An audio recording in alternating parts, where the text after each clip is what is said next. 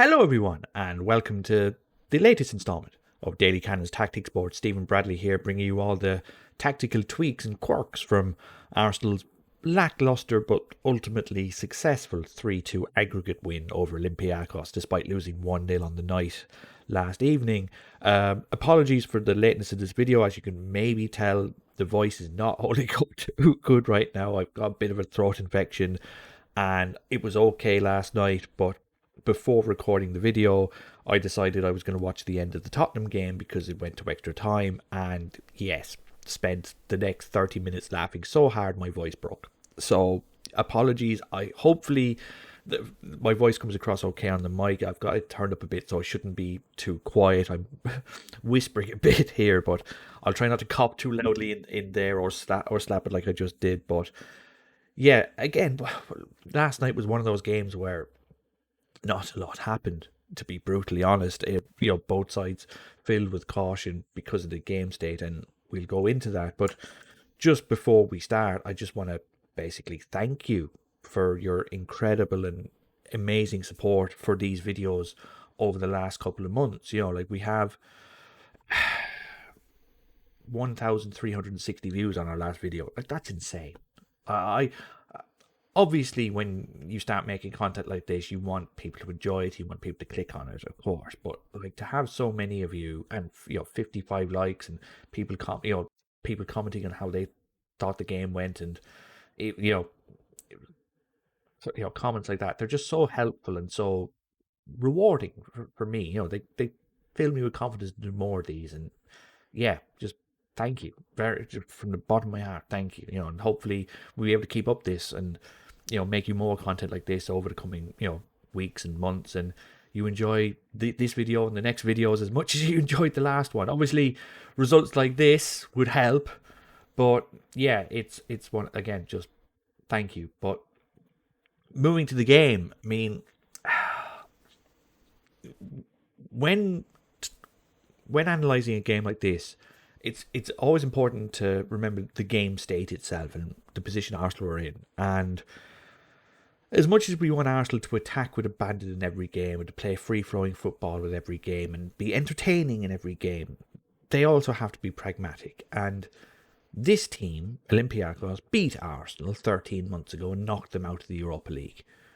So with a 3-1 lead and 3 away goals, meaning Olympiakos had to score at least 3 times to knock Arsenal out, I can't blame Mikel Arteta one bit for being a little bit cautious, a little bit apprehensive, a little bit passive, and go, right, okay, we're not screwing this up. I'm not making the same mistake again. This is Arsenal's best chance of getting into the Champions League next year. I can't afford to screw this up by playing attacking football when 3-1 up. It's just the way it is. And hindsight being 2020, or in this case foresight, I suppose, we now know the draw. It's Slavia Prague in the quarterfinal, and then the winner of Villarreal and Dinamo Zagreb in the semi. If you'd asked any Arsenal fan at the start of the season, right, you have to do the following to qualify for the Champions League next year, your league form is going to be pants, but beat Olympiakos, beat Slavia Prague, beat Unai Emery's Villarreal, and then you get Manchester United in the final. You take it in a heartbeat. So it's hard to criticise the way Mikel Arteta set up with this particular team, because he was protecting a lead. He wasn't trying to attack. He was always trying to invite the opposition onto him in a way that was comfortable, and which is why he set up with the lineup that he did, bringing in Elneny for Partey, bringing in Dani Ceballos as a number 10 instead of a number 8, just for a little bit more protection, literally to do this at times, just in terms of sitting back. But what it did was it proved, for at least in the first half, for a very, very sterile game of football, because Arsenal had no inclination to really attack that much, because when Arsenal attack, as we know, they attack with numbers. Bellerin will go, Tierney will go, Xhaka will sometimes drop in to make this a 3, and then Elneny will join the attack with Ceballos. Smith Rowe will fill in left wing. Pepe will cut in for the right. Arsenal don't want to be caught three at the back much at all. And so as a result, Xhaka wouldn't drop back. Tierney would stay here at times. But it was very passive. It was very cautious. It was very purposeful in the sense that if we recall the last 15 minutes against Tottenham, Arsenal went into safe mode, as I call it. They were making sure they weren't making any mistakes. So they were taking 3 touches instead of 1. They were making sure the passes got to a red shirt instead of taking a risk of getting it to a better red shirt. And as a result, they just didn't do much. It is as simple as that. They were too concerned with ball retention as opposed to actually creating something. And I can show you this very simple with 2 maps. Here's the heat map of all Arsenal's players against Olympiakos on Thursday. And you can see where the concentration is. That's where Arsenal players had the ball most. That area there. Here's the Tottenham game from last Sunday.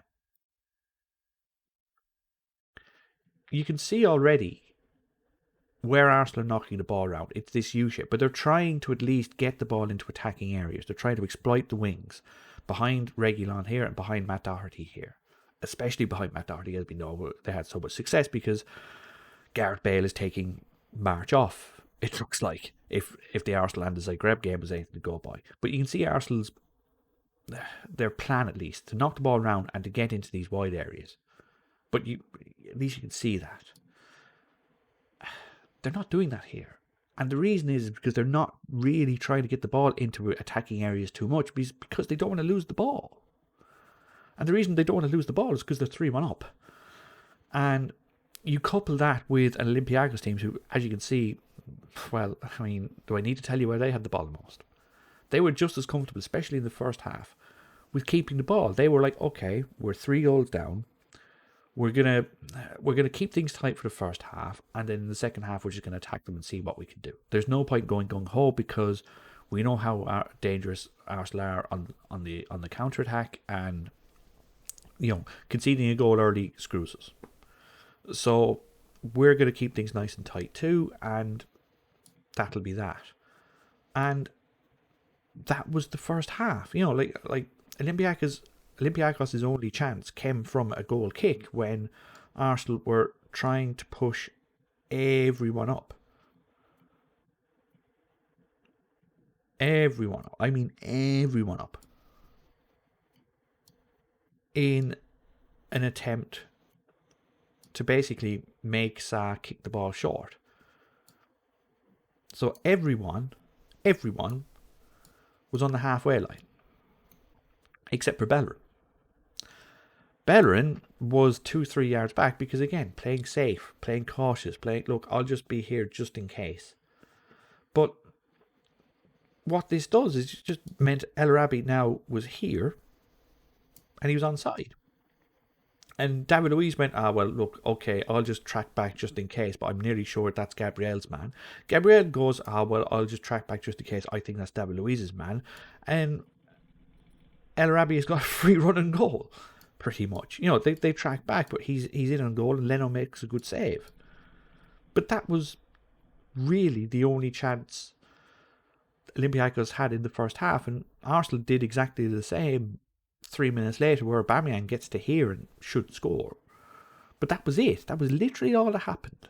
And it was the passive nature of Arsenal that always tends to worry me, because they're playing the same tactics. They're trying to play the same style of football.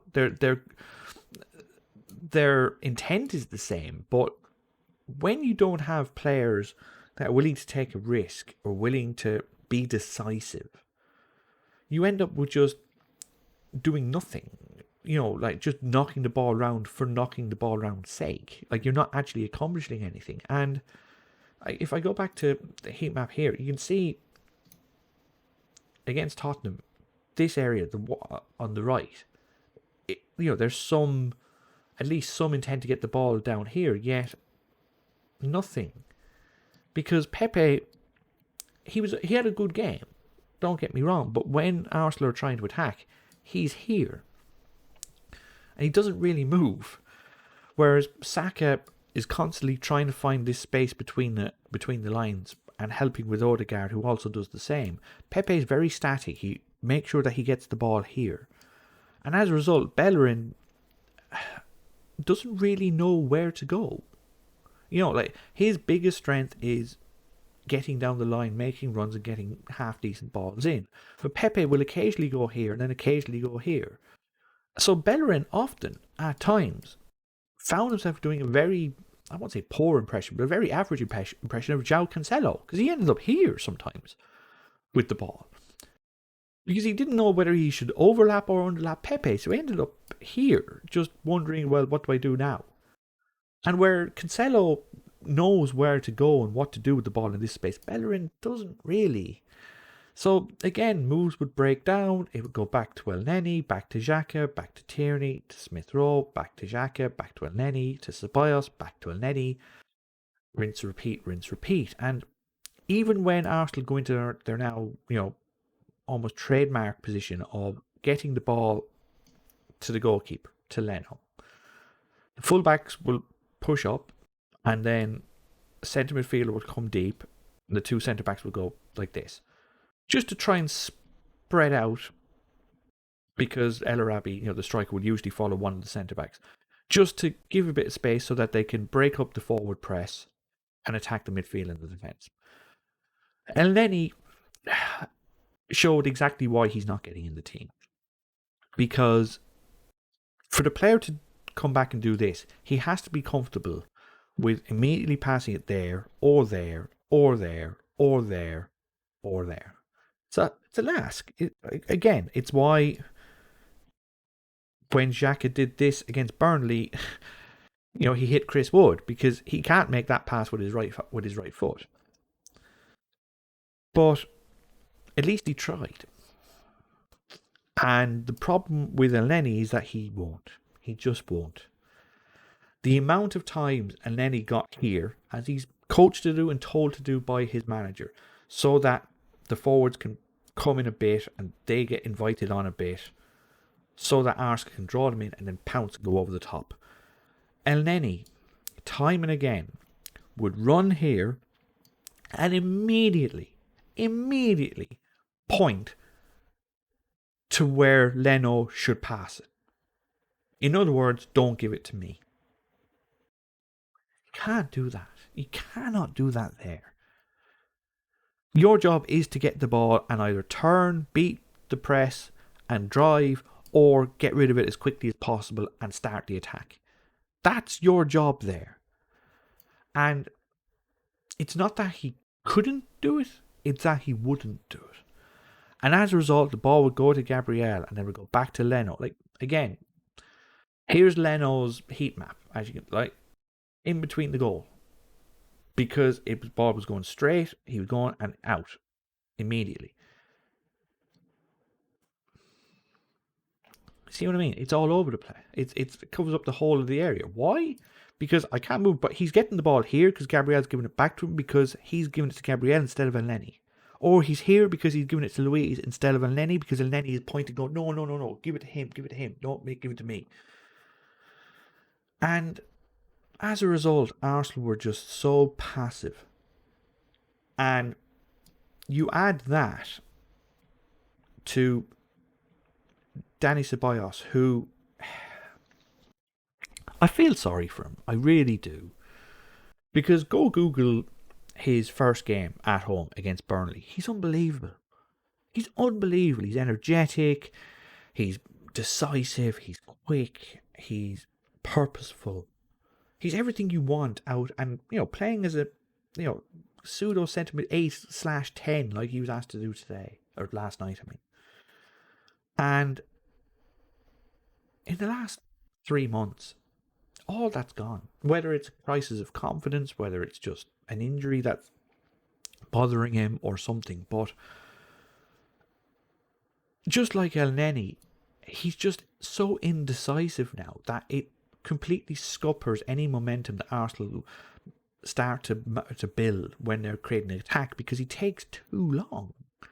He waits, he ponders, he tries, And that's half the problem, because he's okay at getting into decent positions, but then he gets into position, then he looks around and he goes, right, what do I do now? And because he's so indecisive, he gets caught too often in between two options. And 5 minutes into the second half, when Olympiakos had decided, you know what, we've had enough of this five at the back, we're going to push up a bit because we need to score 3 goals or we're out. Arsenal did manage, thanks to Xhaka, to break through the first line of the press. Ball gets to Ceballos, and now he's like, right, now what do I do? What do I do? What do I do? What do I do? And while he's doing that, Tierney has bombed on because Arsenal are in a good spot. Bellerin has bombed on. Elneny has decided for the first time, right, okay, I'm going to have a bit more ambition here. I'm going to do this. I'm going to try and get some sense of presence in the box. I'm going to try and bomb up and give it another run. Ceballos goes, well, do I pass it here? Do I pass it here? Do I pass it here? I don't know. What do I do? And he gets caught.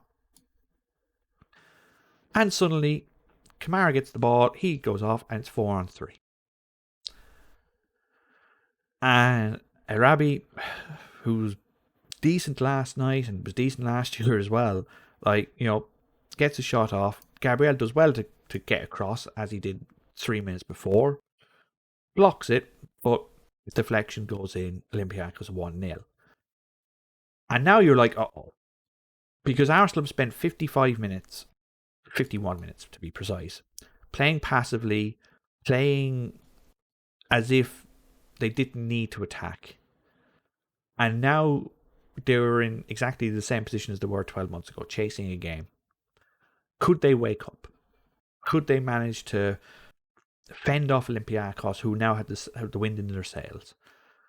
And the answer was yes. Yes, they could. And usually at this part of the video, you know me by now, I lament Mikel Arteta's inability to change games, that his games management is a little bit underwhelming, that he's too late to make his substitutions.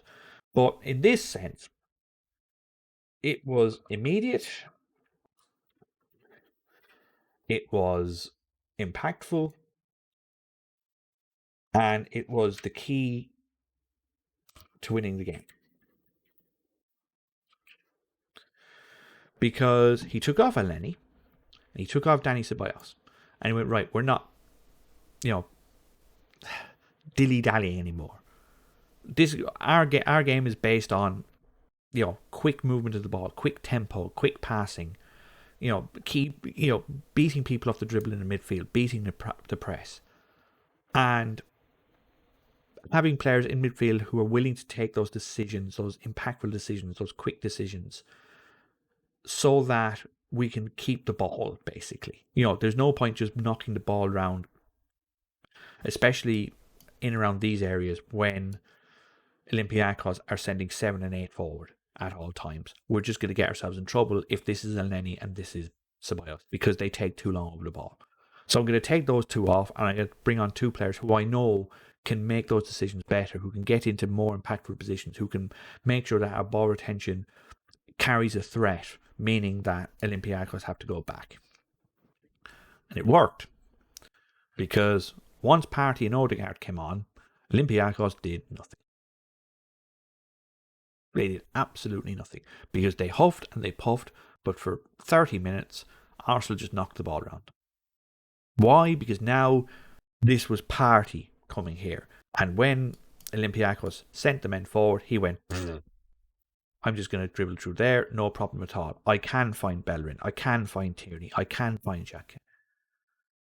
And now Olympiakos were basically, every time Partey got the ball, Odegaard would come deep, Smith Rowe would come there, Tierney would come there. And now Olympiakos were like, oh, maybe I should go here. Socrates, who was playing as a sweeper, basically, most of the game, because he injured his ankle 5 minutes in and couldn't run.